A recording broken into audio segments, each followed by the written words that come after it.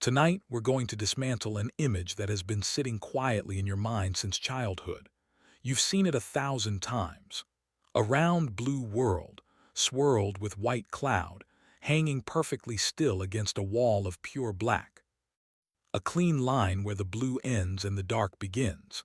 The sky on one side, space on the other. Two different worlds separated by a border so sharp you could almost draw it with a ruler. And almost everything about that picture is wrong. So here is the question we're going to follow for the next 2 hours. A question so simple it sounds like a child could answer it, and so strange it might keep you up tonight long after the video ends. If you stood at the edge of space and looked back, what would you actually see? Not what the textbooks show you, not what the movie posters promise you. What is really there in that thin, uncertain seam between the world you know and the dark you don't? The honest answer is going to take us further than you think, because the edge of space is not where you've been told it is. It is not one place. It is not even one line. And the deeper we look, the more the edge itself begins to dissolve. Until by the end of tonight, we will be standing somewhere so far from home that Earth itself disappears, and you will understand something about your own place in the universe that most people will live their entire lives without ever realizing. We're going to climb together slowly. From the highest clouds, to the thin air where jet pilots wear pressure suits, to the line the world calls space, to the orbit of the station above your head, to a distance so vast that our planet shrinks to a single blue pixel, and then to nothing at all. 6 steps outward, each one stranger than the last. Before we go any further, if you find this kind of slow, deep exploration soothing, a quick like or subscribe really helps the channel grow. It's a small thing for you, but it makes a real difference for me. Now let's begin. Close your eyes for a moment if you can and picture that classroom drawing again. The neat blue layer hugging the planet, the crisp black above it, the little dashed line marking where one ends and the other begins. Hold that image in your mind. Because that is the first lie we have to take apart. And the truth waiting underneath it is far stranger than the diagram ever let on. Here is the diagram, the one almost every child on Earth has seen at some point. A cross-section of our planet sliced cleanly down the middle.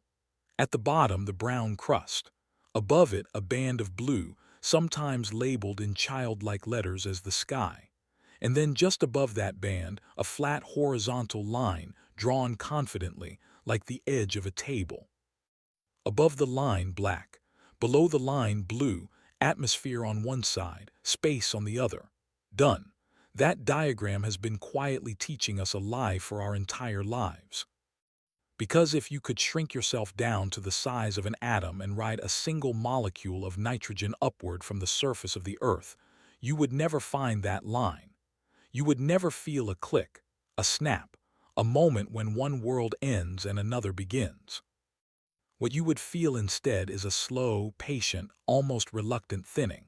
The molecules around you, jostling shoulder to shoulder near the ground, would gradually spread out. The crowd would loosen.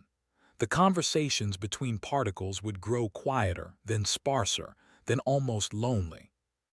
And somewhere along that long, slow loneliness, without ceremony, without warning, without anything that resembles a boundary, you would simply find yourself in what we call space. Not because you crossed something, but because there was less and less of the world around you to belong to. The atmosphere does not end, it fades.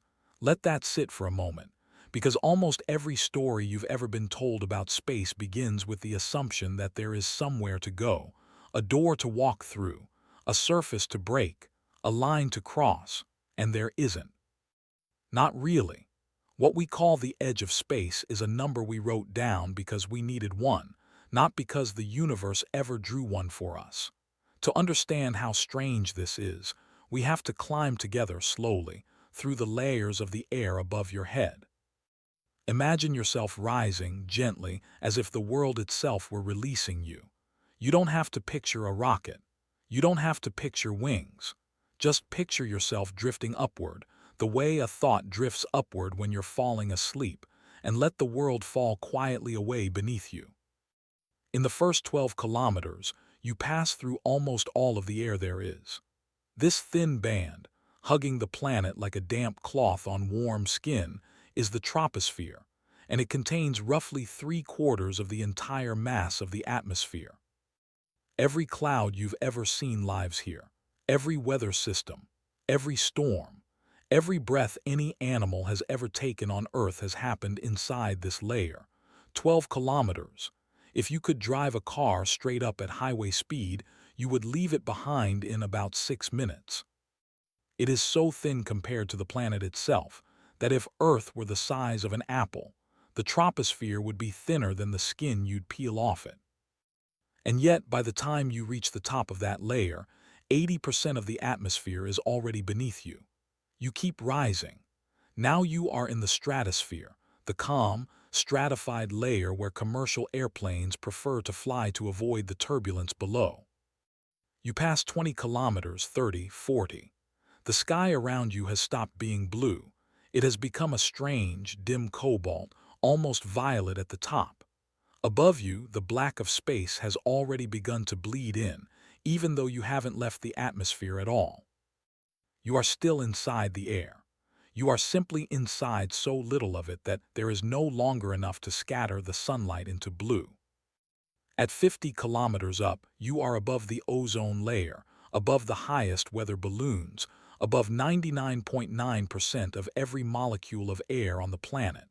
And you are still not in space. Keep going. The stratosphere fades into the mesosphere. The air around you is now so thin that you would feel almost no resistance moving through it. And yet, paradoxically, this is the layer where meteors burn. Meteors. The shooting stars you watched as a child, the streaks of light that made you feel small and lucky at the same time. They are not burning in the dark above us. They are burning here in the mesosphere at altitudes between 70 and 100 kilometers, where there is just barely enough air left to grind a rock from interstellar speeds down to nothing in a flash of light. Think about that. Every shooting star you have ever wished on. Every meteor shower you ever stayed up late to watch. All of them, every single one, were already, by most definitions, in space. And this is where the story finally collides with the line you were taught in school.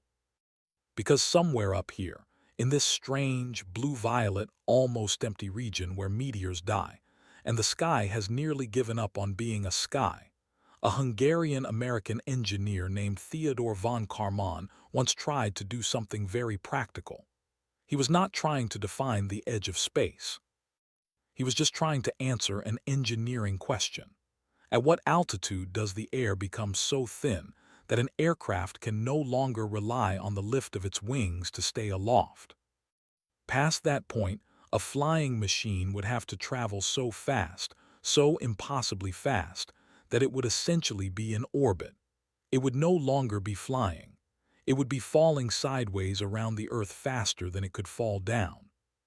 His rough answer was about 84 kilometers up, not 100, 84, but a colleague of his, a lawyer named Andrew Haley, thought 84 was an ugly number. Round it up, he suggested. 100 is easier to remember. 100 fits more cleanly into international treaties. 100 sounds like the kind of number that belongs at the edge of something important. And so, in 1960, the international body that keeps records of human flight, the Fédération Aéronautique Internationale, declared that 100 kilometers above mean sea level was, henceforth, the boundary of space. 100 kilometers, the Kármán line, the number every textbook on Earth still teaches as the edge of space today. It was and remains almost entirely arbitrary. There is no physical reason for it. The air does not change there. The sky does not change there. Gravity does not change there. The only thing that changes there is the paperwork. Pass through that altitude in a vehicle, and the United Nations no longer considers you to be in any nation's airspace. Cross it on the way down and you can have your name in a record book. But your body, your lungs, your eyes, the molecules drifting past your spacecraft, None of them feel anything different at all. And here is where the story gets stranger still. Because not everyone even agrees on that arbitrary number. The United States Air Force, NASA, and the Federal Aviation Administration use a different one. For them, the edge of space sits 20 kilometers lower, at 80 kilometers up, right at the boundary between the mesosphere and the next layer above it. That is the line they use to award astronaut wings. That is the line American military pilots crossed in the experimental X-15 aircraft in the 1960s to earn the title of astronaut without ever flying on a rocket to orbit. By the American definition, those pilots were in space. By the international definition, some of them were not. So if you flew straight up tonight, between 80 and 100 kilometers above your head, there would be a 20-kilometer wideband where, depending on whose paperwork you were holding, you would either be a citizen of Earth or an astronaut. A whole region of the sky exists in a kind of bureaucratic limbo, sometimes called the transitionary space zone, a place that is both atmosphere and outer space at the same time, depending on which document you happen to read, 20 kilometers tall, wrapping the entire planet. And nobody on the ground can feel it, because there is nothing there to feel, just thinner and thinner air, and a debate that humans have been having quietly with themselves for more than 60 years. In 2018, the Harvard astrophysicist Jonathan McDowell published a careful study of thousands of satellite orbits. He found that the lowest satellites that can survive even a single orbit around the Earth do so with their closest approach at altitudes near 80 kilometers, not 100. Below 80, the air, however thin, is still thick enough to drag a satellite down. Above 80, an object can just barely orbit. He argued that this is the real edge, not a number rounded up for a treaty, a number written by the physics of orbit itself, 80 kilometers. Right where NASA already draws the line, but the international community has not moved. The 100-kilometer line remains the official one, partly out of inertia, partly out of legal caution, partly because no one wants to argue with a treaty signed in another century. And so, depending on the document, the edge of space is either 80 kilometers or 84 or 90 or 100 or some shifting band between them, breathing slowly in and out with the rhythm of the sun's activity, because solar storms heat the upper atmosphere and make it puff outward, raising the boundary by tens of kilometers for days at a time. The edge of space is not a place, it is a number, and the number disagrees with itself. Look up tonight, the next time you step outside. Find the spot in the sky directly overhead. Somewhere up there, perhaps 80 kilometers away, perhaps 100, perhaps somewhere in between, there is a region you have been told marks the end of your world. And there is nothing there. No line, no wall, no glittering glass dome. Just slightly fewer molecules per cubic meter than there were a kilometer below, and slightly fewer still a kilometer above. A line drawn in air so thin it can barely be said to exist, by people on the ground who needed somewhere to put the word space on a map. So here is the question I want to leave you with before we climb any higher tonight. If the edge of space is just a number we agreed on, a line that nature herself does not draw, then where, for you, does space actually begin? Is it the moment you'd see the curve of the Earth from a window? The moment the sky above your head turns from blue to black? The moment your feet leave the ground? The moment a meteor would burn around you? Sit with that for a moment. Most people have never been asked, and the answer you choose quietly in your own mind will tell you something about what you really believe the sky is. Because for now, we have only taken apart the diagram. We have shown that the line you grew up with isn't really there, but we haven't yet asked the harder question, the one that comes next. What does it actually look like with human eyes when you climb high enough to start seeing the planet curve?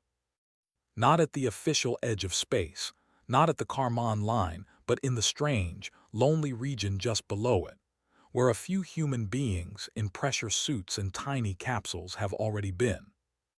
Because before we cross any official boundary tonight, we have to meet the men and women who have already stood at the place where the sky begins to fail. And what they saw there will start to change everything you thought you knew about what's above you. To understand what the edge of space actually looks like through human eyes, we have to do something the textbooks rarely do. We have to ignore the diagrams entirely and instead listen to the small number of human beings who have climbed high enough to start seeing the truth for themselves. Not astronauts. Not yet. We are still below every official definition of space. We are in the strange in-between, the region where the sky has begun to lie about itself, and where the human body, even sealed inside a pressure suit, is no longer something the air is willing to keep alive. Begin gently. Begin with something you have almost certainly done yourself. You are sitting in a commercial airliner. The seatbelt sign has just gone off. You lean your forehead against the cold plastic of the window and look down. Below you, a continent unfurls, brown and green and quietly indifferent, scratched with the thin silver of rivers. Above you, the sky is still blue, a paler blue than the one you knew on the ground, but still recognizably the same blue. You are roughly 12 kilometers up.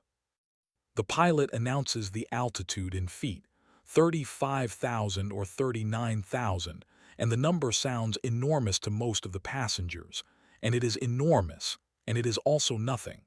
12 kilometers. If you could lay that distance down on the ground and walk it, you could finish before lunch. You are barely past the troposphere.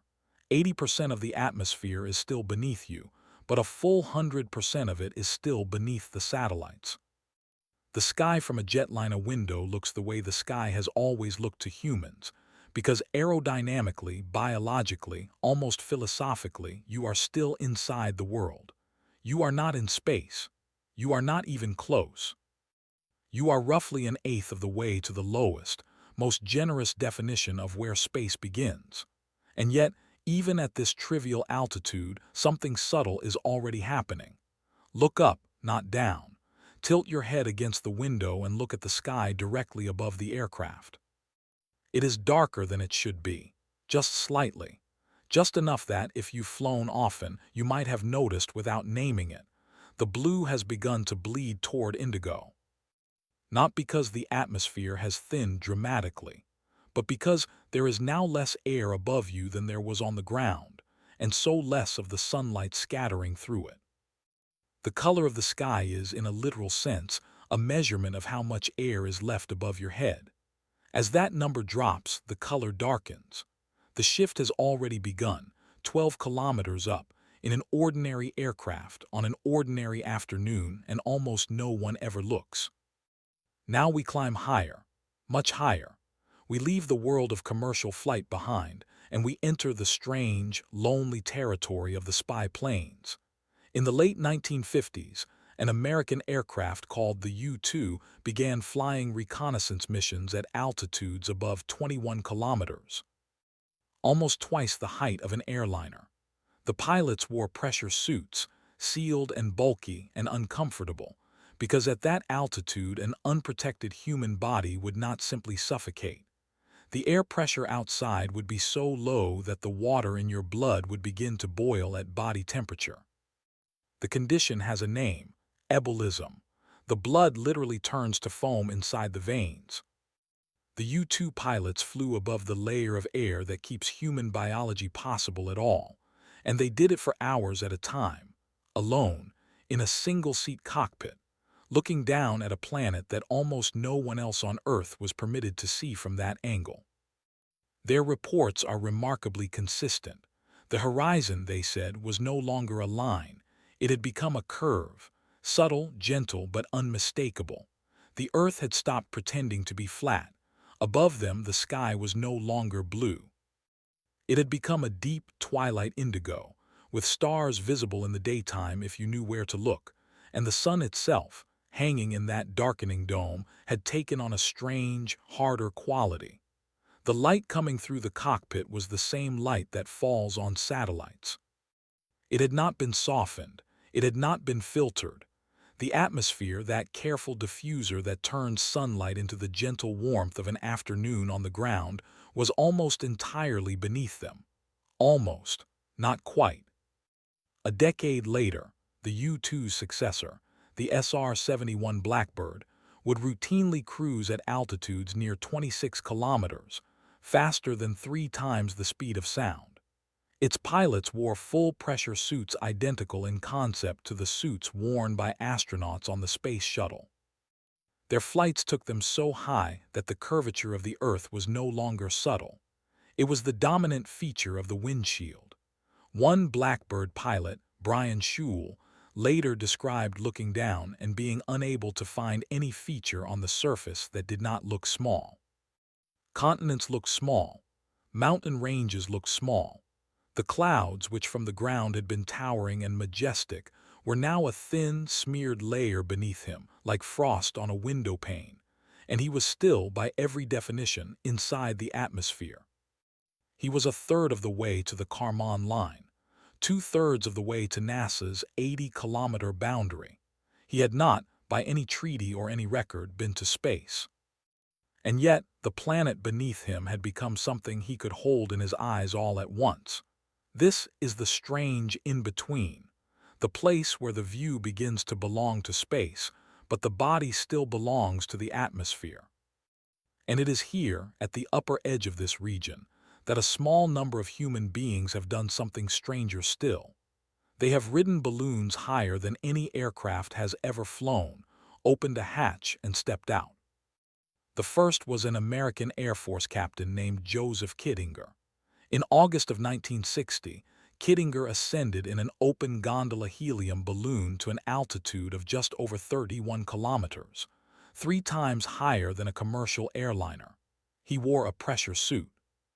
He stood at the edge of his gondola, looked down at the Earth curving away beneath him through a sky that was now almost completely black overhead, and then he stepped off.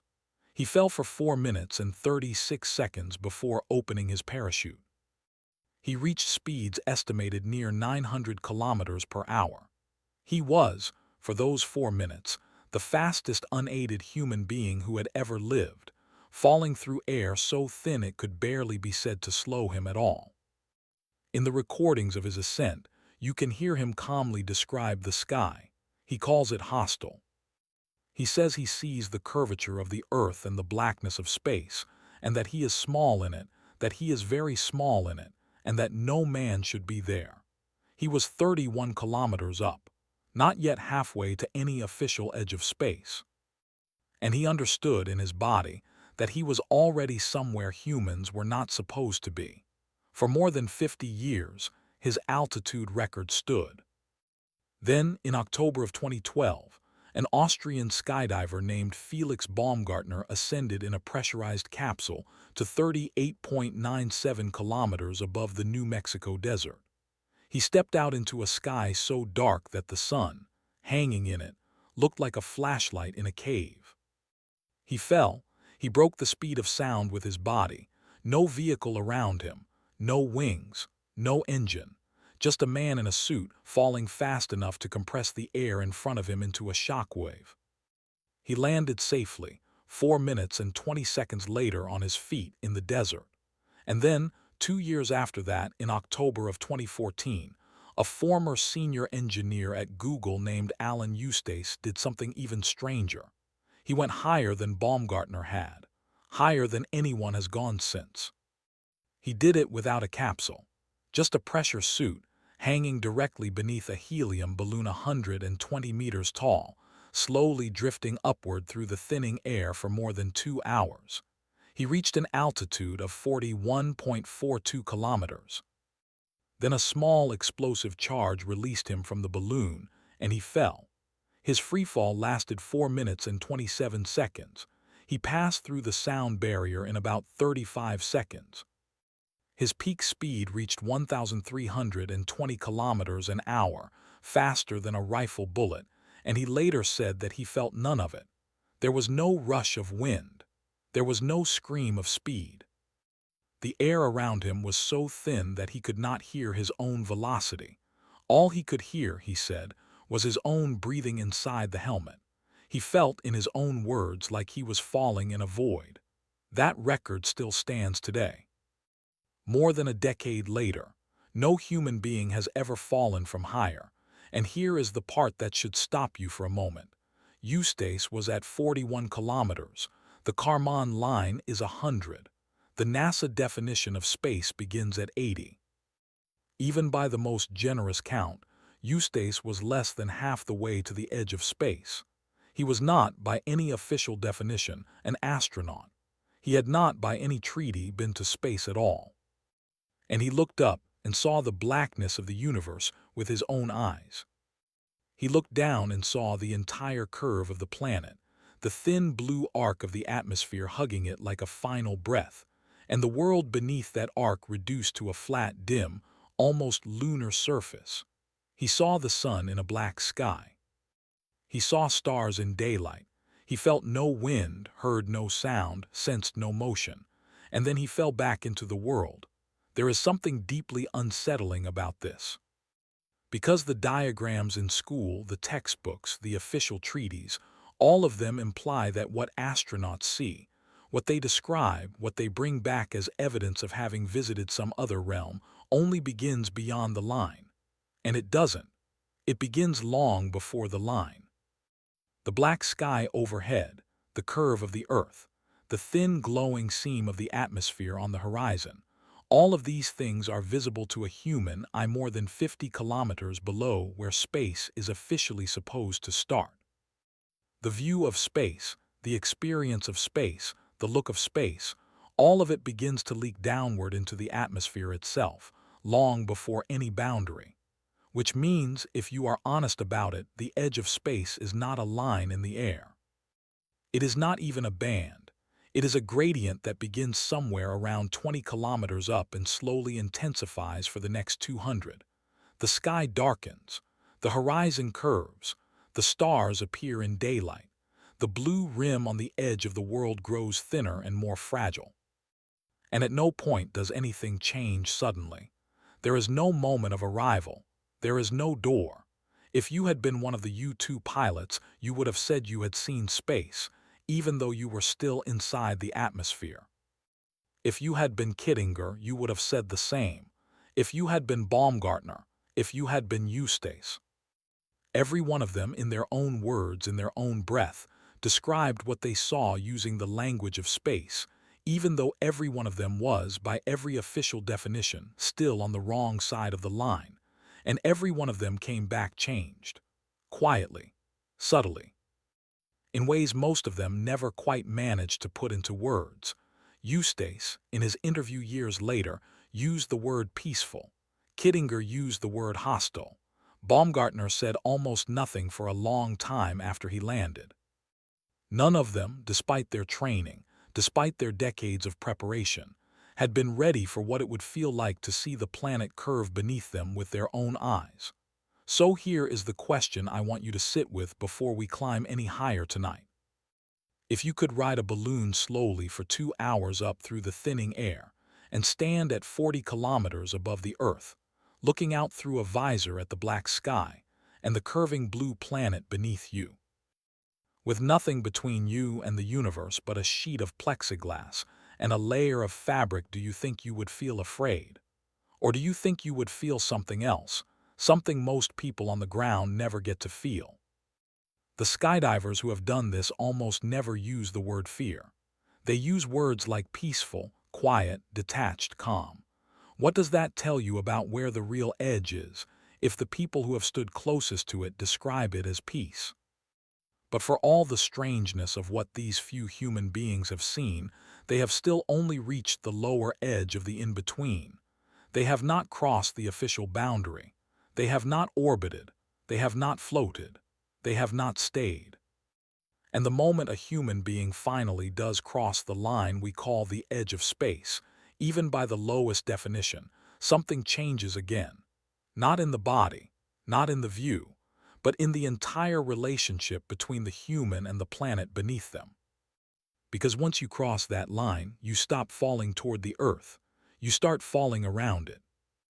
And what you see from there, from the lowest official sliver of true space, is something no balloon, no jet, no jumper has ever been able to look at for more than a few seconds at a time. We are about to meet the people who have lived inside that view. And to understand what they describe, we first have to understand the strange, paradoxical truth about what it means to be in orbit at all. To understand what happens when a human being finally crosses the line we call the edge of space, you have to first set aside a small, stubborn misconception. Because being in space is not what you think it is. It is not a matter of being above the air. It is not a matter of leaving the atmosphere. It is not even really a matter of altitude at all. It is a matter of speed. And until you understand that, nothing the astronauts say will quite make sense. So before we climb, one quick truth. When you imagine an astronaut floating inside a spacecraft, weightless, you probably picture them somewhere far, far above the Earth, in a place where gravity has somehow given up. That picture is wrong. Gravity has not given up.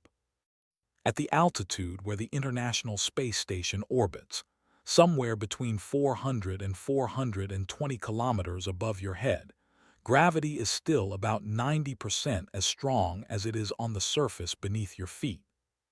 If you could build a tower that tall and stand on top of it, you would weigh almost exactly what you weigh right now. You would not float. You would simply stand there and look down. What lets an astronaut float is not the absence of gravity. It is the presence of velocity. The space station is not hovering up there. It is falling. It is falling continuously, every second of every day, plunging toward the Earth at exactly the same rate it would if you dropped it from that height with no engines at all. But it is also moving sideways, parallel to the ground, at roughly 28,000 kilometers per hour. 28,000. So fast that as it falls, the curve of the Earth falls away beneath it at exactly the same rate. The station drops and the planet curves out from under it, and the two motions cancel forever. That is what an orbit is. A perpetual falling that keeps missing the ground. Hold that picture because it changes everything. When you cross the line we call the edge of space, you have not gone anywhere new. You have simply gone fast enough that the planet beneath you can no longer catch you. But almost no one who has crossed that line so far has been moving fast enough to orbit. Almost everyone who has touched space has done something stranger. They have gone straight up, brushed the bottom of the boundary, and fallen straight back down. They are the suborbital travelers. The passengers on the small rockets and tiny capsules that have, in just the last few years, begun to carry ordinary, paying human beings into a region of altitude that was, for almost the entire 20th century, the exclusive territory of government astronauts. Picture one of them. A New Shepard capsule sits on a desert pad in West Texas, a small white rocket with a small white capsule at its tip, 6 seats inside, 6 enormous windows. Inside, 6 people are strapped in, sweating slightly in their flight suits, waiting. The countdown ends. The engines fire. For about 2.5 minutes, the capsule punches straight upward, pressed back into their seats by 3 or 4 times their normal weight. The sky outside the windows goes from blue to indigo to black, faster than the eye can quite track. And then the engines cut. The booster falls away, and the capsule, on pure momentum, continues coasting upward into silence.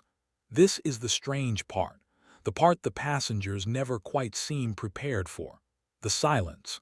A capsule like the New Shepard reaches a peak altitude of roughly 105 kilometers. Just above the Kármán line, just past every official definition of where space begins. For about 3 minutes at the top of that arc, the rocket is no longer accelerating, and the passengers are no longer falling toward anything they can feel. They unbuckle. They drift. They press their faces to the windows, and what they see, almost without exception, makes them stop talking. The first thing every one of them mentions is the black, not because they expected the sky to be light. They have all seen the photographs.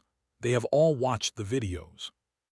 They know intellectually that the sky in space is black, but knowing it and seeing it through your own retinas are not the same thing. The black above the capsule is not the black of a night sky. It is not the black of a darkened room. It is the black of pure, hard vacuum, and it does not feel like the absence of something. It feels like the presence of something, a weight, a texture, a void with an edge to it. They describe it again and again with the same words: velvet, ink, depth. Something that looks like it could swallow you. The second thing every one of them mentions is the line.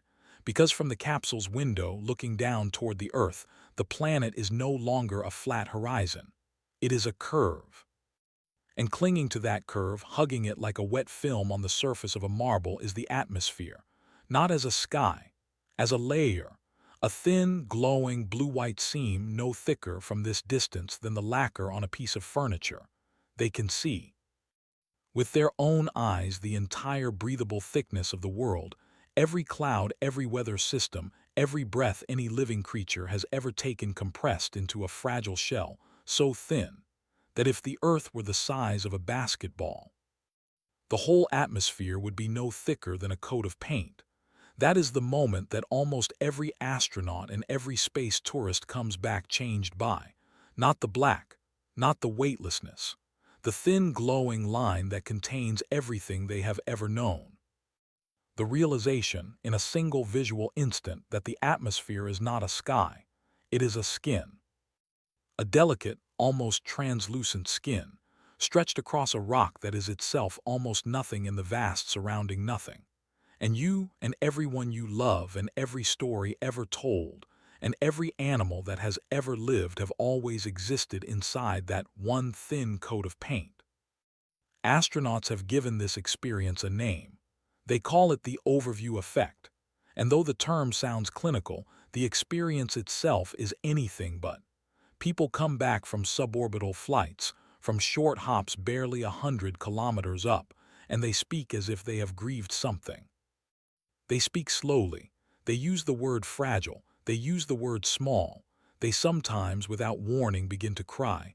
And all of this is from a flight that lasts 10 minutes, from an altitude barely past the line.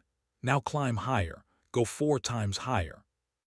Go from the bottom of space to where the International Space Station is, 400 kilometers above the surface, where human beings have lived continuously, in shifts, since November of the year 2000. As you are listening to this voice right now, there are people up there. 7 of them usually.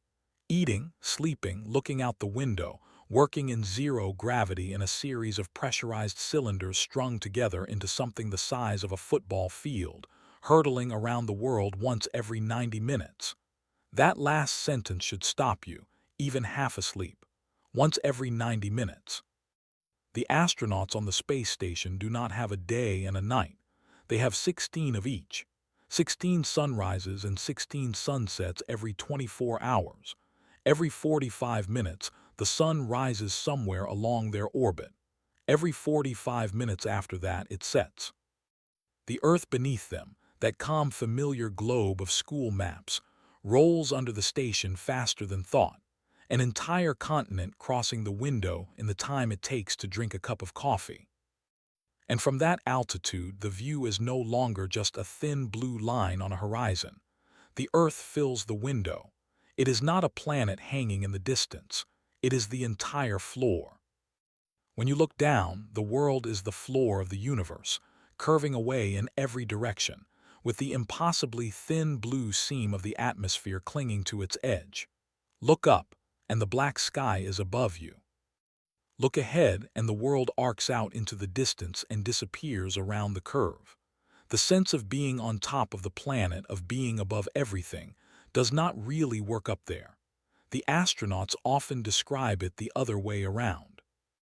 They feel as if they are floating beneath the world, as if Earth is a vast luminous ceiling and they are dangling below it, watching it move. What they describe of that view, in interviews going back 6 decades now, is consistent in a way that should give us pause. They mention the lightning. Lightning from above is nothing like lightning from the ground. From the ground, a thunderstorm is a wall of cloud and a single flash that fills the sky. From 400 kilometers up, an entire storm system spreads across a continent beneath them, and the lightning flickers inside the clouds like fireflies inside a paper lantern. Dozens of flashes a minute, all over the world at once, in different storms on different continents, almost like a planet quietly breathing electricity. They mention the auroras. The aurora borealis and the aurora australis, those green and red curtains we travel halfway around the world to see, are not above the space station. They are below it.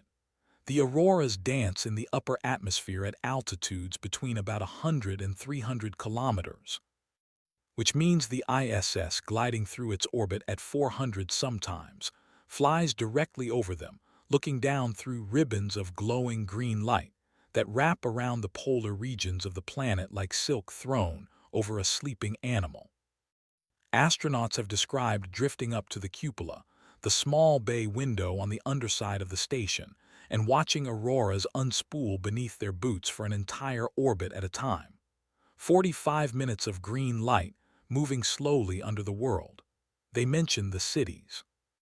The cities of Earth from orbit at night are not lit the way a child draws them, in single warm dots scattered across a dark map.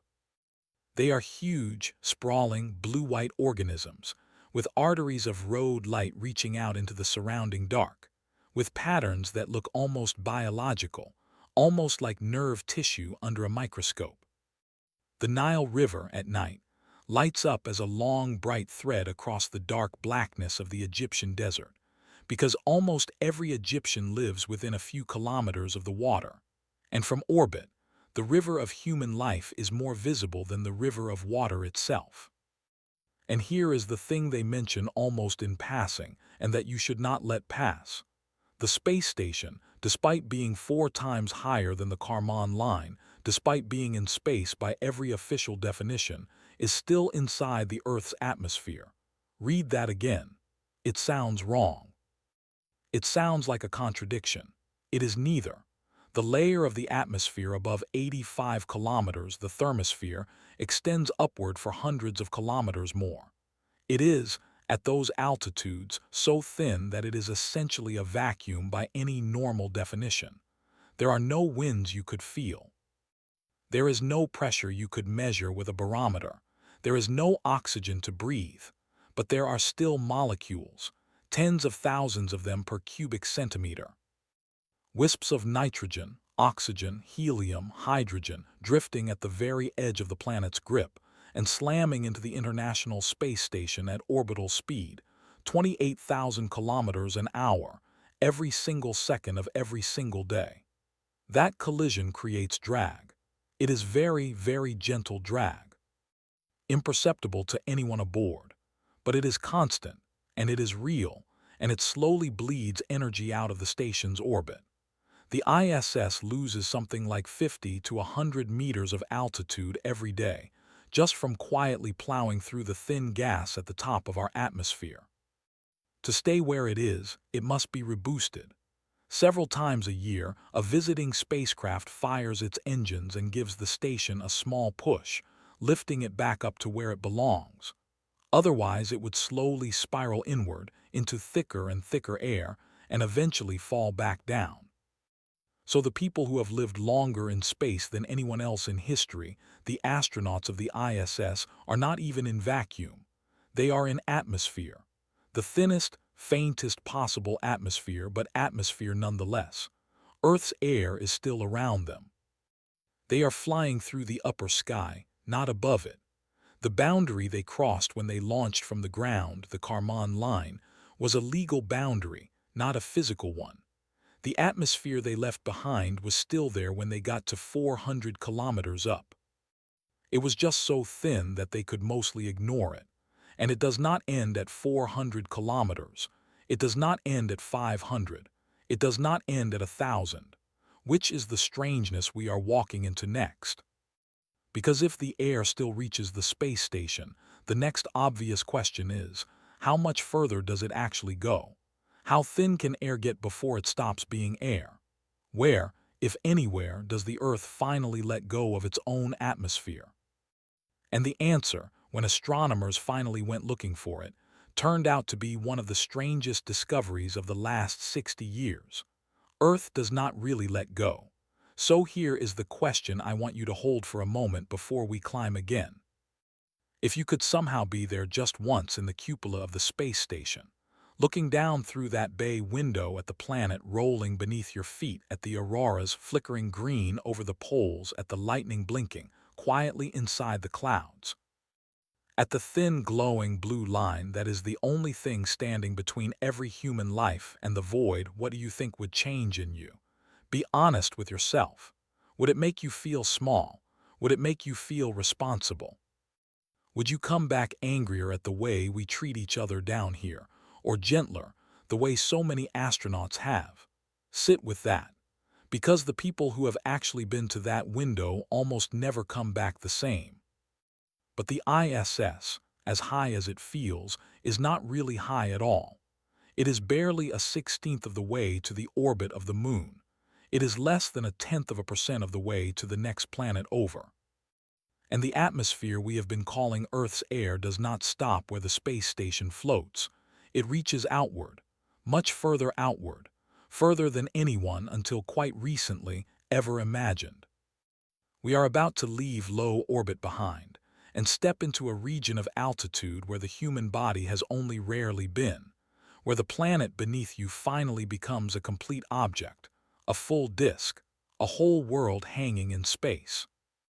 And where the strange truth waiting to be discovered is that Earth's atmosphere, the air you are breathing right now, extends past the Moon. If you ask the average person where Earth's atmosphere ends, they will probably name a number.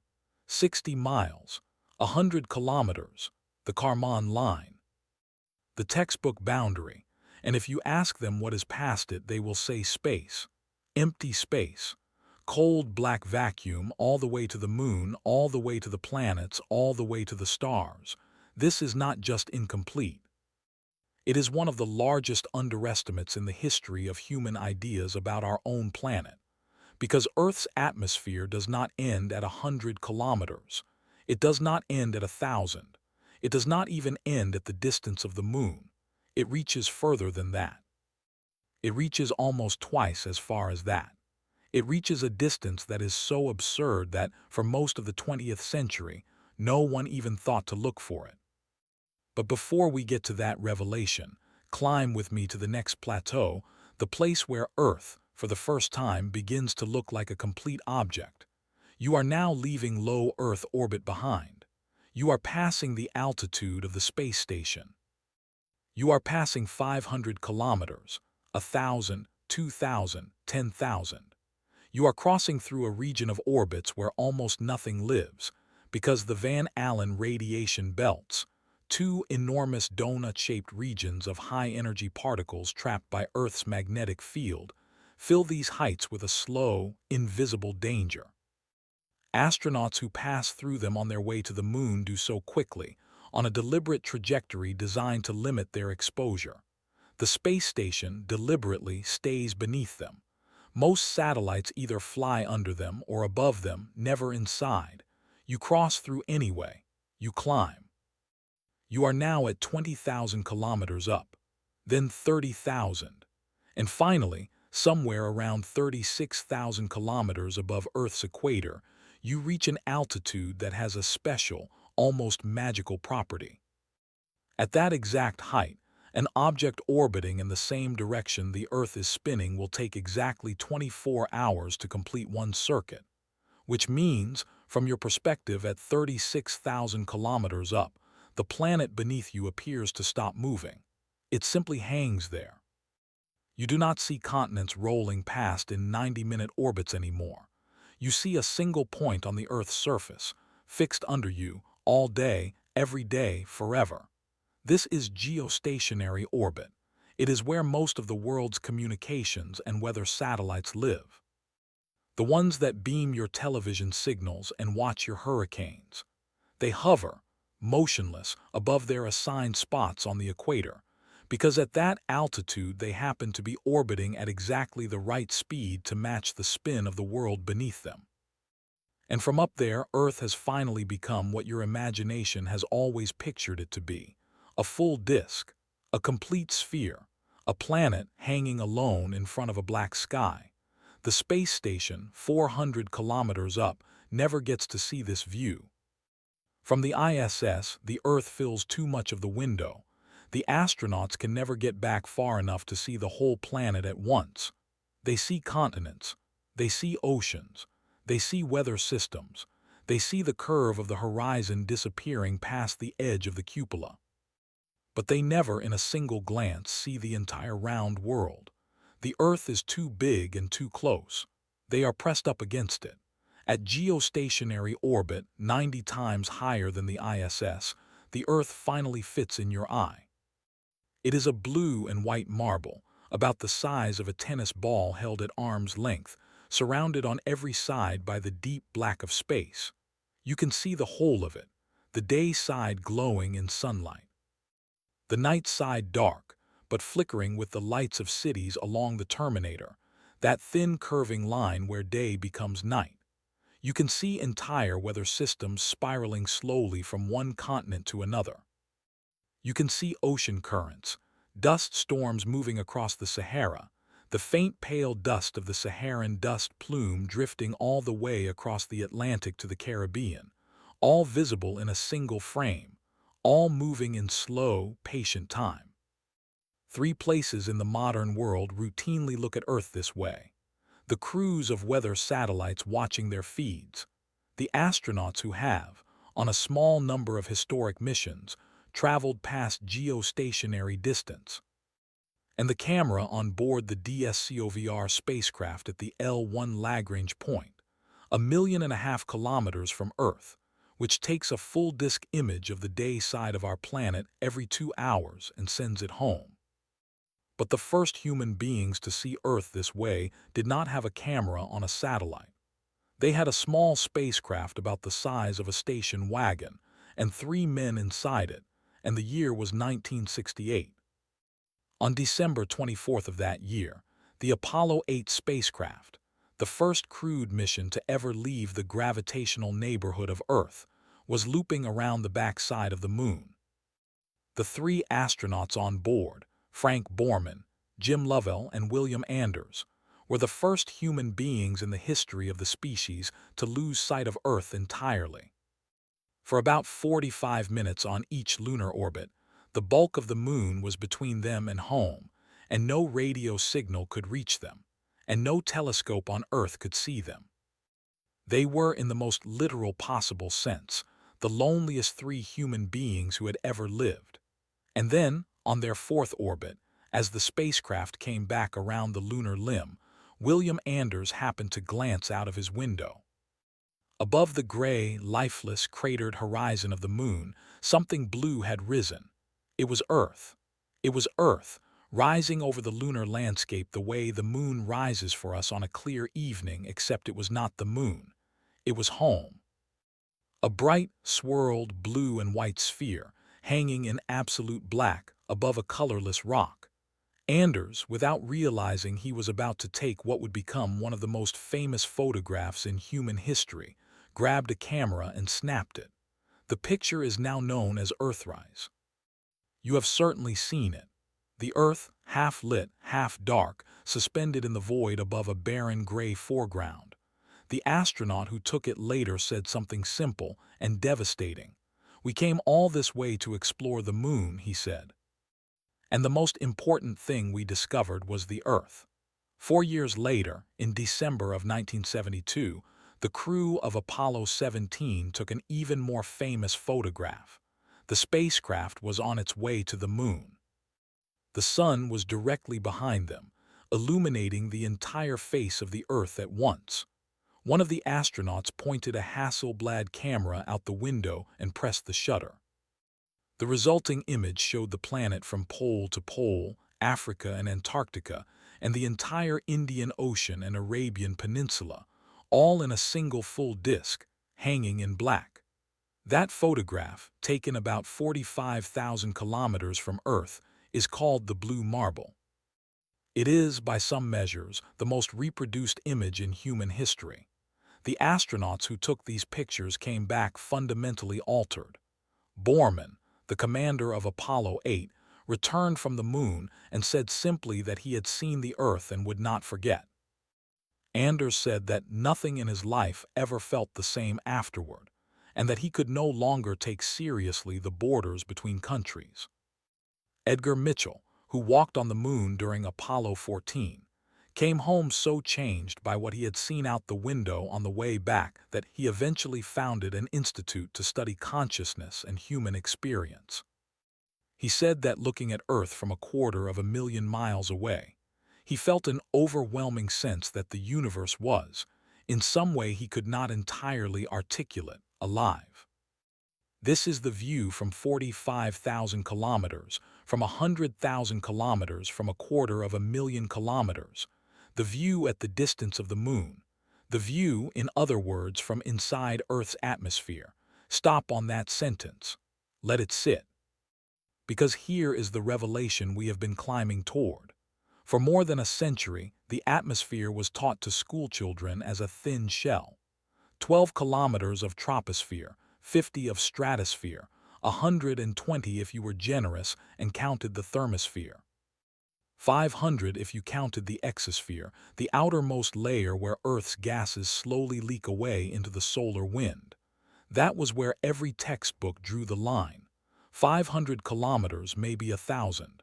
Past that, you were in interplanetary space. It turned out we had drawn the line in the wrong place, by almost 3 orders of magnitude.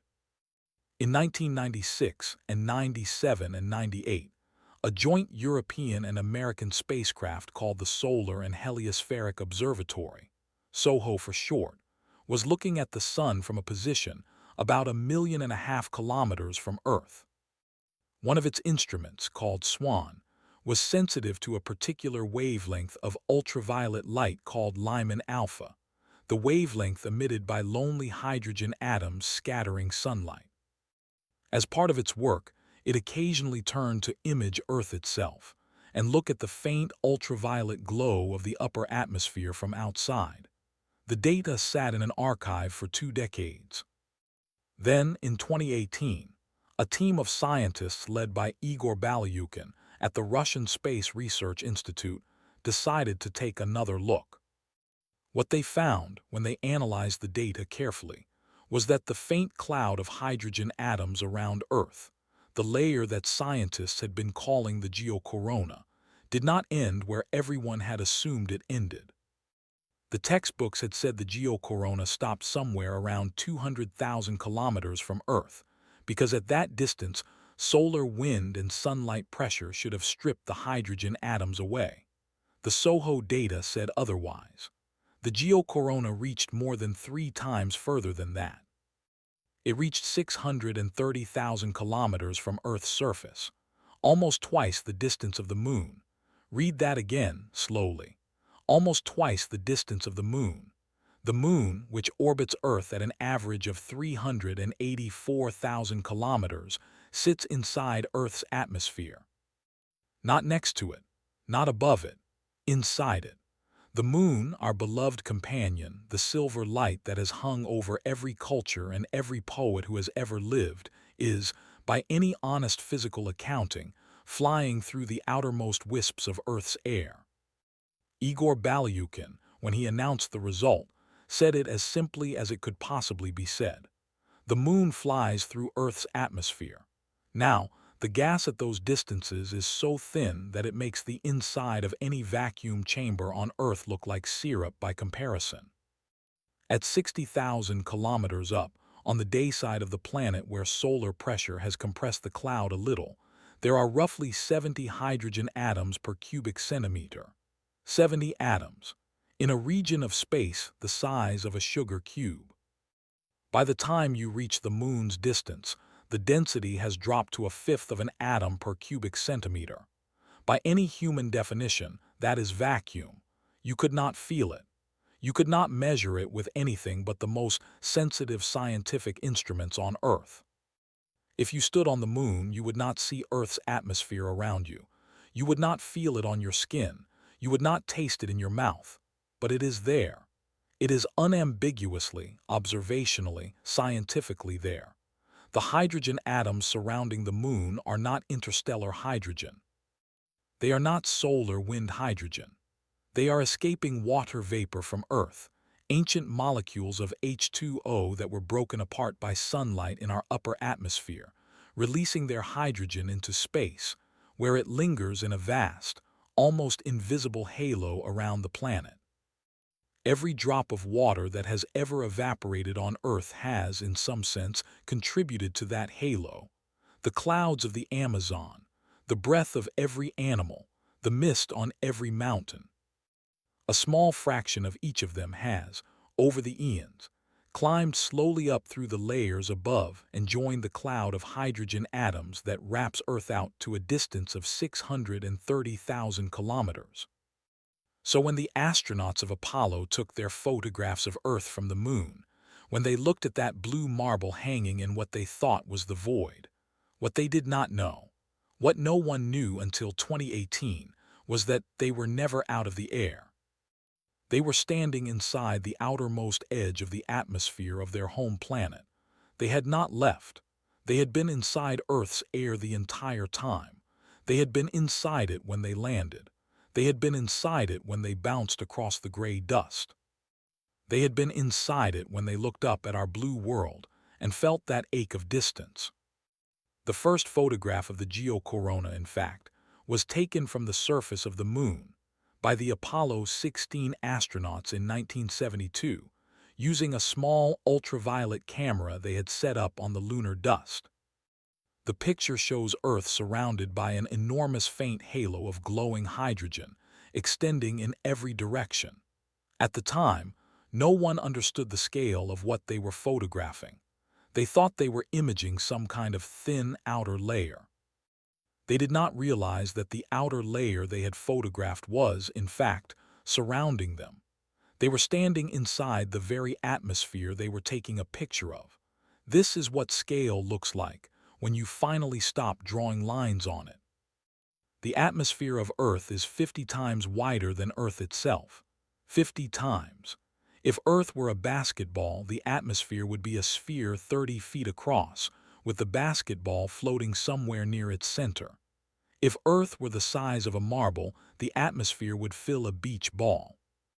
The moon would orbit somewhere inside that beach ball, halfway out from the marble, drifting endlessly through the wispy outermost breath of our world. And here is what this revelation does. It quietly dissolves the idea that Earth and space are two different things. The clean, classroom diagram of the planet and the void around it was never accurate. The atmosphere does not stop and become space.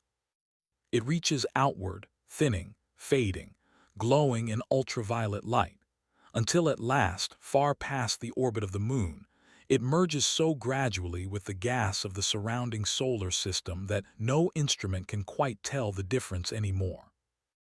Earth, in a sense, is not a planet with an atmosphere. Earth is the small, dense center of a much larger, much fainter object, more than 1,000,000 kilometers across, whose outer layers reach almost to the orbit of nothing. There is no edge to it.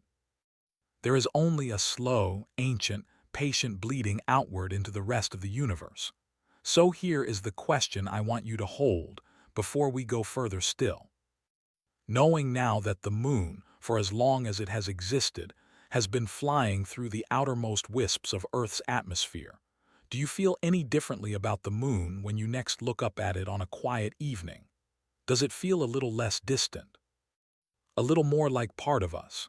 The astronauts who walked on it were still, in some technical sense, breathing the same atmosphere as the children who watched them on television back home. Does that change, even slightly, what the night sky means to you? Most people will live their whole lives never knowing this and never asking the question. Take a moment to ask it now. But for all the strangeness of the geocorona, for all the way it stretches our planet outward and pulls the moon into our embrace, we are still, by any cosmic measure, in our own backyard. The moon, the geostationary satellites, the Apollo missions, the blue marble photograph. All of these things lie within a region of space so small that on the scale of the solar system, they would be invisible. 630,000 kilometers sounds vast. It is the distance of 2 moons. It is 50 Earths laid edge to edge. And it is nothing. It is less than 1,000th of the distance from here to the next planet inward. It is less than 100 millionth of the distance to the nearest other star. Which means there is a next step out. A step so much larger than the one we just took that all of the journey so far, all the way from the Kármán line to the moon and beyond, becomes a single tiny dot in the corner of the new picture. We are about to leave the entire neighborhood of Earth behind. We are about to go to a place where Earth itself stops being a planet and starts being a pixel. And the photographs taken from out there will change what you think the word home even means. We have, in the last hour together, climbed slowly outward from the surface of the Earth. We left the air. We crossed the line. We rode through orbit. We passed the moon. We discovered that even the moon is not, in any honest sense, outside the atmosphere of our planet.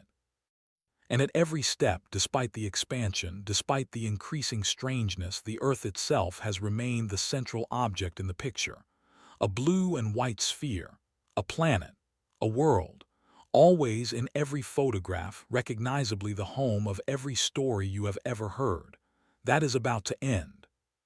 Because at the scale we are about to step into, Earth will stop being a planet in the picture and start being something else.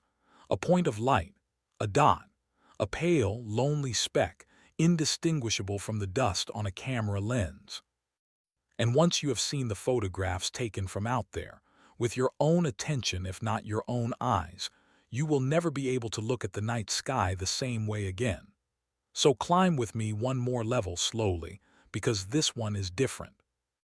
The previous expansions were measured in kilometers, in tens of thousands of kilometers, in hundreds of thousands. The next expansion is measured in millions, and then billions, and then, eventually, in a unit that we measure not by distance but by time. By how long light itself takes to cross the space we are talking about. Begin at a place 1,000 times farther than the moon, 1.5 million kilometers from Earth, in the direction directly opposite the sun. There is no planet there. There is no asteroid. There is no fixed location in the way you would think of a fixed location on a map. But there is a quiet, special, almost magical point in the gravitational dance between Earth and the sun, where the pulls of the two bodies, combined with the orbital motion of a small spacecraft, conspire to allow that spacecraft to remain in a kind of perpetual loose dance, looping around an invisible center, always staying on the night side of the Earth as seen from the sun. Astronomers call it the second Lagrange point, L2. It is where humanity has, in the last few years, parked some of the most important telescopes in our species' history. The James Webb Space Telescope, the European Gaia mission, several others past and future. They live there in that small, quiet pocket of stability, looking outward into the deep universe. And here is the strange thing about that view. From L2, you can no longer use the sun to light up the planet behind you. The sun is on one side. Earth is on the other. And from L2, Earth always shows you its night face. A small, dim, almost invisible disk, lit only by the faint reflection of moonlight on its oceans and the smeared electrical glow of cities. The telescopes there are not designed to look at Earth at all. They are designed to look the other way, into the universe. The home planet has become, from the perspective of those instruments, just a faint shadow behind their backs, 1.5 million kilometers. Roughly 4 times the distance to the moon, and already Earth in the frame of a real spacecraft has become an afterthought. Climb further, push outward across the inner solar system. Past Mars's orbit, on a day when Mars happens to be far from Earth, the distance between the two planets stretches to more than 300 million kilometers. Far enough that radio signals between the two worlds take 20 minutes to make the one-way trip. far enough that there is no longer any meaningful conversation between the engineers on Earth and the rovers on Mars. You send a command. 20 minutes later, the rover receives it. 20 minutes after that, you get the acknowledgement. By the time you know your robot did what you asked, 40 minutes have passed. You are, in a real sense, no longer a single connected system. You are a planet writing letters to another planet. In January of 2014, the Curiosity rover, standing on the floor of Gale Crater on Mars, looked up at the Martian evening sky and took a photograph. In the image, the sky is a dusty pink-orange, fading into deep blue near the horizon, the colors of an alien twilight on a world whose atmosphere is almost 100 times thinner than ours. Above the horizon, in that strange, unfamiliar sky, there is a single bright point of light. The brightest point in the picture, brighter than any star you would ever see from the surface of Mars. That point is Earth. It is also, if you look very carefully, 2 points. Earth and the Moon, separated by a tiny gap, both reduced to morning stars in someone else's sky. That is what our planet looks like from another world. Not a sphere, not a marble, not the blue, swirled, white-clouded ball we have all been taught to picture.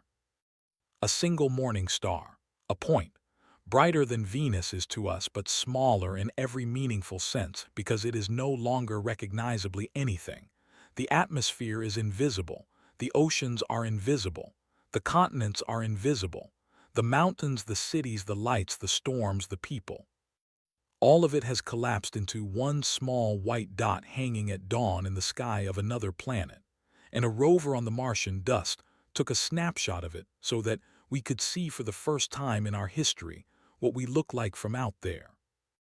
Keep going, we are not done, not even close. Travel outward past Jupiter, past the asteroid belt, past the long, invisible orbits of distant rocks we know almost nothing about. Travel until you are out past Saturn, at a distance of nearly 1.5 billion kilometers from the Sun. Out where the sunlight is so faint that you would need to be 100 times more sensitive than a human eye to read by it. Out where the rings of Saturn turn slowly in the dim light, and a spacecraft named Cassini in orbit around that pale gas giant spent 13 years sending back photographs and data before finally being commanded in 2017 to dive into the planet's atmosphere and burn up as a deliberate gift, so as not to risk contaminating any of Saturn's potentially habitable moons with the small biological hitchhikers it might still carry. In July of 2013, 4 years before that final dive, Cassini did something almost no spacecraft has ever been asked to do. It turned its cameras back toward the Sun. Specifically, it positioned itself in the shadow of Saturn, using the planet as a kind of natural sunshade, so that the bright disk of our star would not blind its sensors. And then, with the Sun safely hidden, it photographed the entire ringed system of Saturn against the deep black of space, and in the background of that vast, intricate, almost sacred image, far, far away, it captured something tiny. A small, blue, single pixel of light. That was Earth. That was every human being who has ever lived. That was every continent, every ocean, every war, every poem, every birth and every death, all reduced to one pale blue dot, smaller than a grain of sand at arm's length, hanging in the rings of a distant world. The image is called the day the Earth smiled. It is called that because, in the hours before it was taken, the public was informed of the moment, and millions of people around the world were invited to go outside, look up at where Saturn was in the daytime sky, and smile. A small, strange, beautiful gesture, the entire human race waving at a robot in someone else's orbit, which had turned its camera around to wave back. And that is from Saturn. Saturn, which is 10 times the distance from the Sun as Earth is. Saturn, where the Sun itself is no longer the warm yellow disk you know from your own sky, but a bright, hard star, about 1% of the area you see from Earth, casting a kind of perpetual twilight on everything it lights. Earth, from Saturn, is a single pixel. But there is a deeper place still. There is a photograph taken from even further out, from a distance that no human eye has ever seen, that no human imagination quite manages. On February 14, 1990, a spacecraft called Voyager 1, launched from Cape Canaveral in 1977, 12.5 years earlier, was finishing its long, slow climb out of the solar system. It had passed Jupiter. It had passed Saturn. It had used Saturn's gravity to fling itself upward, out of the plane of the planets, into a long, lonely trajectory aimed at the stars themselves. It was, at that moment, 6 billion kilometers from Earth, more than 40 times the distance from the Earth to the Sun. The sunlight reaching it was so faint that the spacecraft's instruments needed long exposures to capture anything at all. The astronomer Carl Sagan, who served on the imaging team, had been pushing for years to have Voyager turn its cameras around, one last time, and take a final family portrait. A photograph of the planets of the solar system, seen from outside. The engineers were hesitant.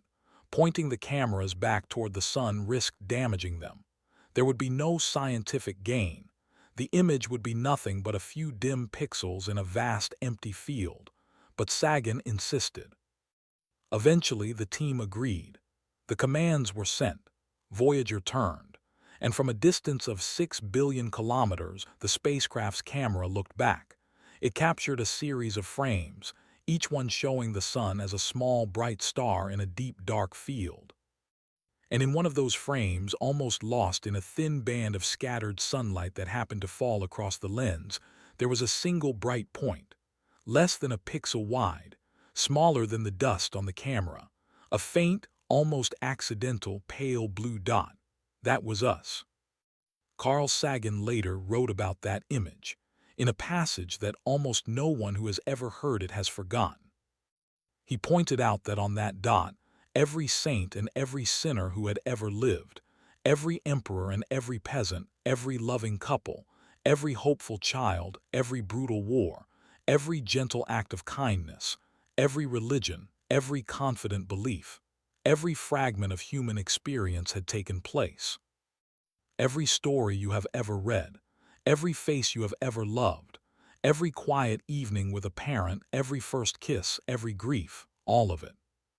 Compressed into a fragment of a single pixel, a pale blue dot, lost in a band of stray sunlight in a photograph taken by a small machine drifting outward into the night. That photograph is now 36 years old. And in the time since it was taken, Voyager 1 has not slowed down. It has not turned around. It has not stopped. It has been falling outward, into the dark, at 61,000 kilometers per hour, every second of every minute of every day for more than 3.5 decades. As I am speaking these words to you tonight, in the middle of the year 2026, Voyager 1 is roughly 25.5 billion kilometers from Earth, more than 4 times the distance it was when it took the pale blue dot photograph. And it is about to cross a milestone that no human-made object has ever crossed before. On the 18th of November, 2026, just a few months from when you are likely hearing this, Voyager 1 will be 1 full light day from Earth, 25.9 billion kilometers. The distance light travels in 24 hours. If you were to wave at it tonight, a radio signal traveling at the speed of light, the fastest anything in the universe can travel, would take a full day to reach it. If it waved back, you would get the reply the day after that.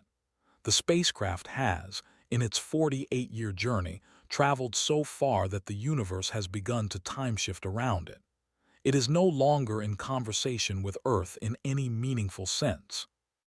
It is instead slowly reciting telegrams across a sea of time, and from out there Earth is invisible, not faint, not small, not hard to see, invisible.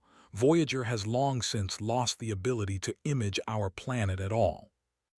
Even if it turned its cameras back around, even if its remaining systems could spare the power, there would be nothing for them to see.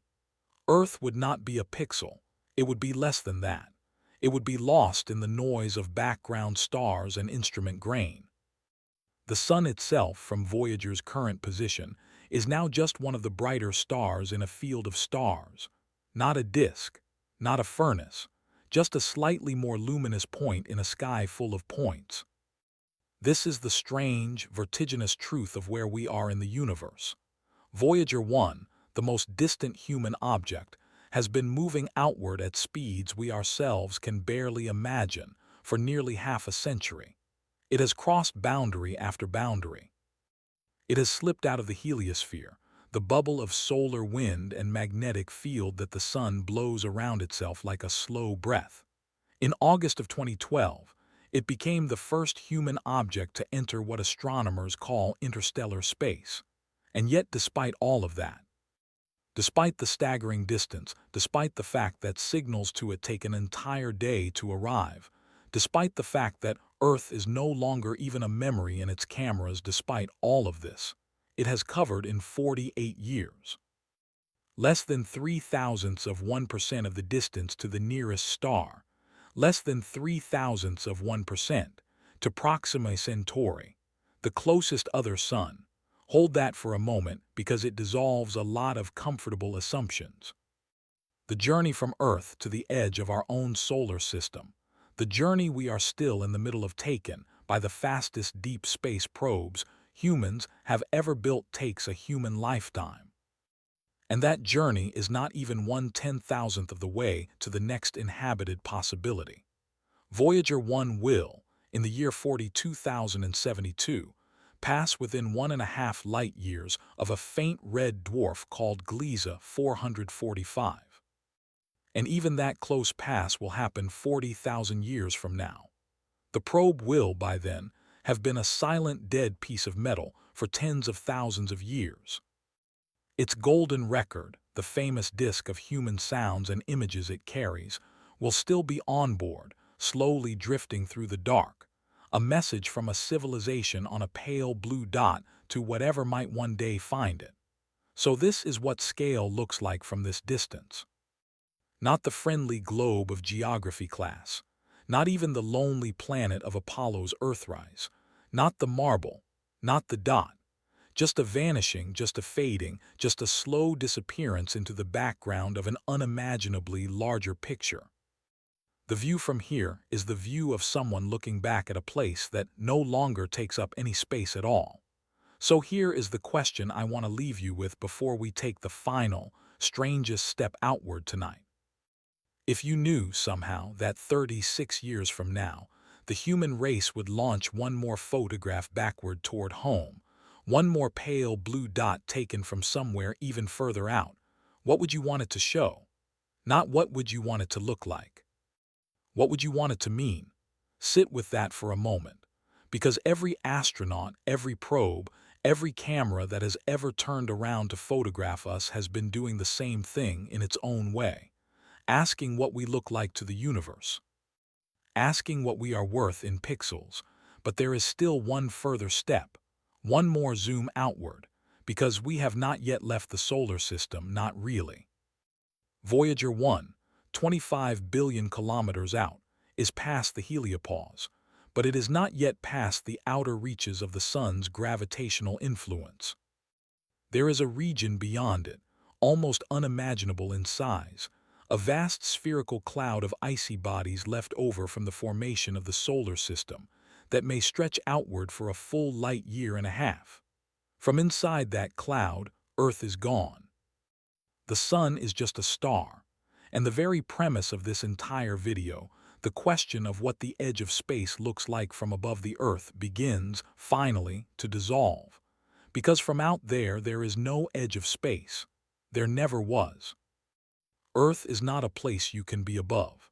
Earth has always been inside the very thing it thought it was looking up at.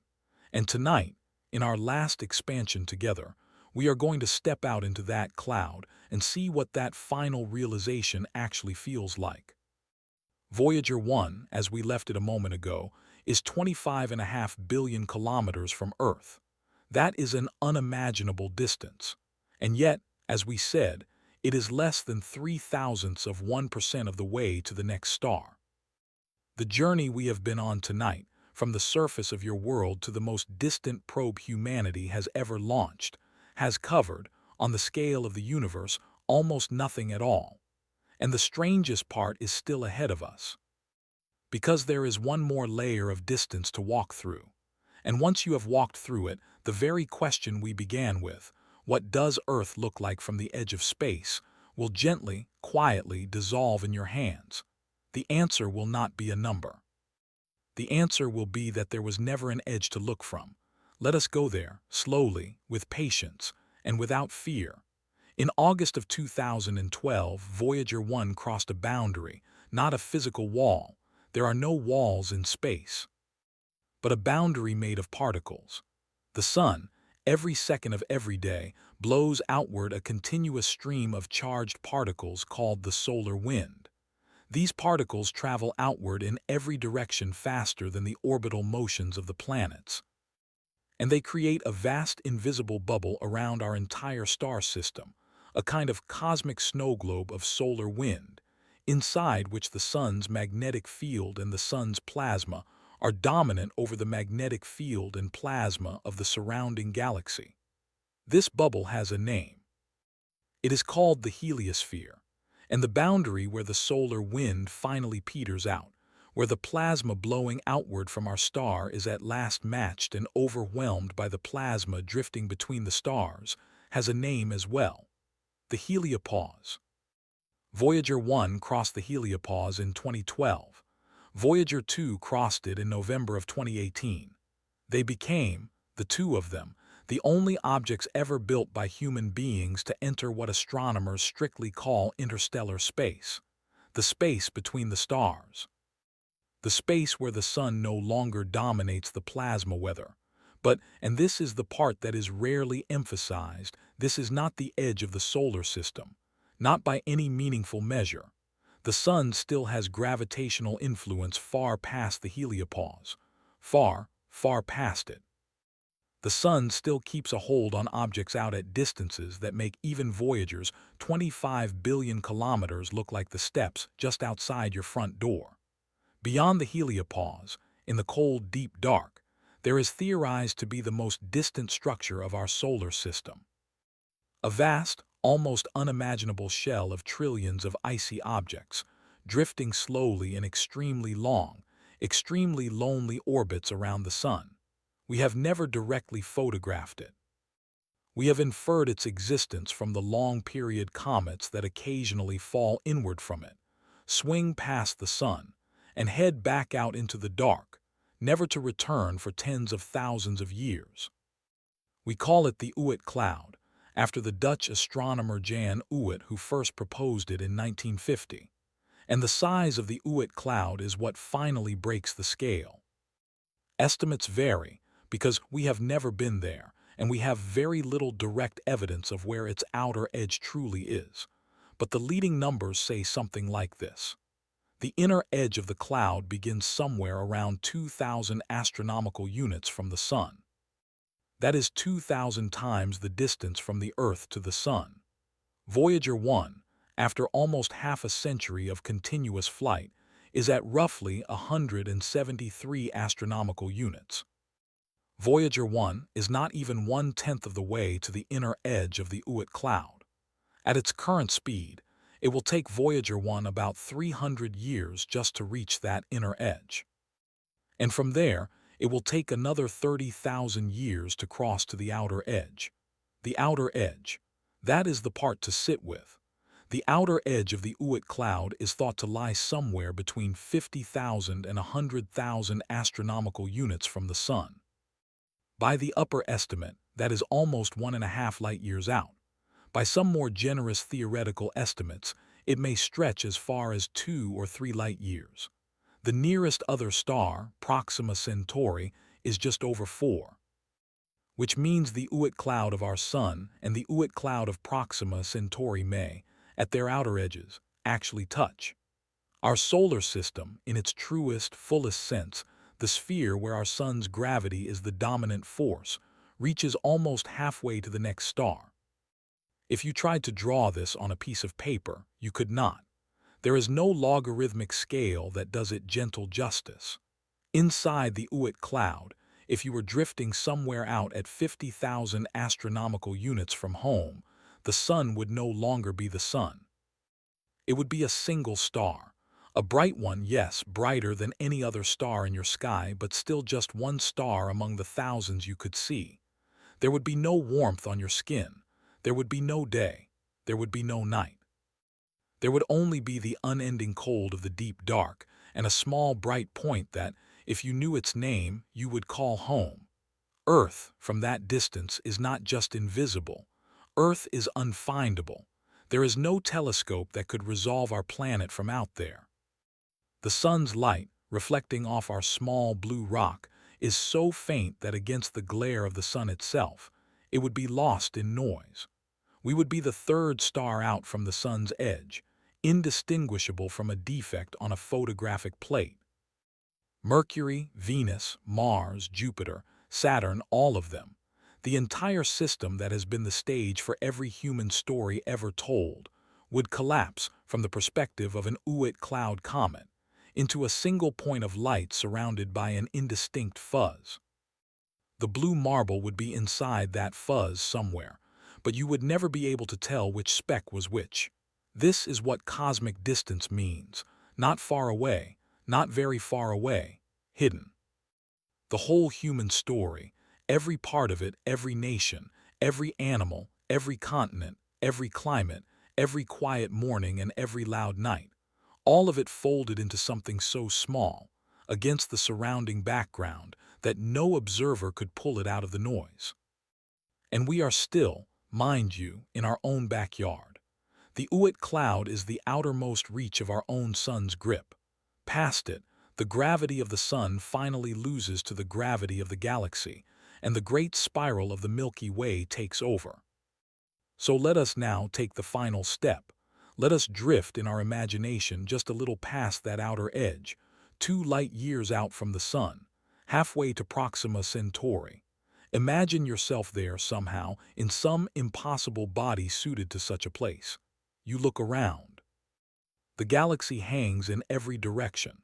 You see thousands of stars. You see the long, dim, smeared band of the Milky Way, the disk of our home galaxy, stretching across what you might call your sky if you still had the concept of a sky. And among all those stars, one of them behind you is the sun. It is not special looking. It is not particularly bright. It is yellow, perhaps, if your eyes are good. It is a tiny pinpoint of light, and around it there are no planets you can see. There is no blue marble. There is no Earth. This is the strangeness we have been climbing toward all night. From this far out, the Earth is not a planet. It is not even a dot. It is part of the sun, in the way the atmosphere of Earth was part of Earth back at the start of our journey. The sun and its planets and its dust and its asteroids and its comets are all from out here, a single point. A single source of light. The Earth is inside that point. You cannot see it. You cannot find it. And yet, here is the strange and beautiful fact: you are still in the sun's gravitational territory. You are still inside our solar system. You have not actually left. And that means something. It means the question we asked at the beginning of this video, the question we have been quietly orbiting for almost 2 hours together, was never really a question that had a clean answer. What does Earth look like from the edge of space? There is no edge. There was never an edge. There is the surface of the Earth, the thinning of the atmosphere, the slow fade of the geocorona, the orbits of satellites, the trajectory of Voyager, the heliopause, the Oort cloud, the gravitational territory of the sun. And then the slow blending of one star's domain into the territory of another. At no point along that journey is there a line. At no point is there a place where one realm ends and another begins. The edge of space, it turns out, was always a story. A useful story, a practical story, a story we told children so that they could understand a complicated truth in a simpler form, but never in any honest sense real. Earth is not a place under space. Earth is in space. Earth has always been in space. You are sitting in space right now. The chair you are in is in space. The room around you is in space. The air you are breathing, the floor under your feet, the city outside your window, all of it has always been, will always be, inside the same single continuous cosmic medium that contains the moon, the sun, the Voyager probes, and the distant outer edges of the Oort cloud. There is no above. There is no outside. There is only here. This is what the cosmonauts, the astronauts, the test pilots, the balloon jumpers, the Apollo crews, the rover photographers, and the Voyager imaging teams have all, in different ways, been quietly telling us for 60 years. There is no edge. There is no door. There is no membrane between us and the rest of the universe. We were never separated. We were never inside something looking out. The wall in your bedroom, the sky over your head, the curve of the horizon, the soft blue line above the mountains, were all illusions of perspective, of scale, of the smallness of our position inside a very large room with no walls. You, listening to this voice right now, are an inhabitant of the universe, not of a planet that lives inside the universe, not of a tiny rock walled off from the rest of the cosmos by a thin shell of air, of the universe itself. The same universe in which Saturn turns, the same universe in which Voyager drifts, the same universe in which the light of stars you will never live to see is, at this exact moment, traveling outward, falling through the same continuous medium as the dust on your floor. There is no distinction. There never was. Earth is not the world. Earth is a small, dense neighborhood inside the world, and the world is everywhere. So here is the question I want you to sit with for one last moment before we wind down together. If there is no edge of space, if you have always been inside it, if every breath you have ever taken, every step, every meal, every word, every dream has happened inside the same cosmos that contains the most distant galaxies and the loneliest stars, then what changes for you? In your day-to-day life by knowing this, does it make the night sky a little less foreign? Does it make the distance between you and the universe a little less defined? Does it make the question of being small, of being lost, of being far from home, a little less sharp? Because the universe was never far from home. The universe is home. You have been here the whole time. You just did not always know it. And that perhaps is the gentle, strange, beautiful thing the entire journey tonight has been about. We did not climb to the edge of space tonight. There was nowhere to climb. We simply turned around slowly and saw, for the first time, where we had always been. What remains in these final minutes together is just to sit with that, to let it settle, to let the long climb of tonight, the troposphere and the Kármán line, and the blue glowing seam on the horizon of the ISS, the moon flying through the air, the pale blue dot in the rings of Saturn, the silent Voyager whispering across a day of distance, and the soft cold dark of the Oort cloud all fold back together into a single quiet picture. The picture of you in your chair, in your room, in your house, on your continent, on your planet, in your solar system, in your galaxy, inside a universe that has been quietly holding you the entire time. The picture you started this video without knowing how to see. The picture perhaps that you can carry with you into sleep tonight and tomorrow morning and beyond. So let us now slowly, gently bring this long climb home. Think back for a moment to where we began, 2 hours ago. The simple childhood diagram, the flat blue band, the crisp line, the black above, the sky on one side, space on the other, the mental picture you have carried since you were small enough to have to be lifted up to see out a window. We climbed slowly out of that picture, through the thinning air, past the jets, the U-2s, the balloons, past the bureaucratic limbo where the edge of space disagrees with itself, through the dark that bleeds downward into the upper atmosphere long before any line, up to the cupola of the space station, where the auroras burn green beneath the boots of the astronauts, and the world rolls past the window once every 90 minutes, past the radiation belts, past geostationary orbit, where Earth, at last, becomes the full marble of the photographs. Past the orbit of the Moon, which is, we now know, still inside the outermost wisps of our own air. Out to the L2 telescopes looking outward and not back. Past Mars, where Earth is a morning star in someone else's sky. Past Saturn, where Earth is a single blue pixel hanging in the gap between rings. Out to the Voyager probes drifting in silence, almost a full day's light from home. Past the heliopause. Into the Oort cloud. Out to the edge of our own sun's gravity. And finally, into the strange, soft realization that there was never any line at all. Earth is in space. Earth has always been in space. The thin blue line you grew up with was never a wall. It was just the place where the air, for a little while, was thick enough to hold a few mountains and oceans and small breathing animals. And one of those small breathing animals is you. That is the part to take with you if you take anything. Not the numbers. Not the names of the spacecraft. Not the distances. The quieter thing underneath all of them.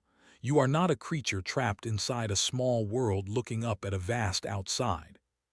You are a small piece of the universe, briefly aware of itself, resting tonight inside the same cosmos that contains everything else. The same darkness that surrounds the Voyager probes is the darkness behind your window. The same gravity that holds the Moon in its slow orbit is the gravity holding you in your chair. You have always belonged to all of it. Not because you traveled there, because you were always there. The universe is not somewhere you can go. The universe is where you already live. So here is the last question I will leave you with tonight.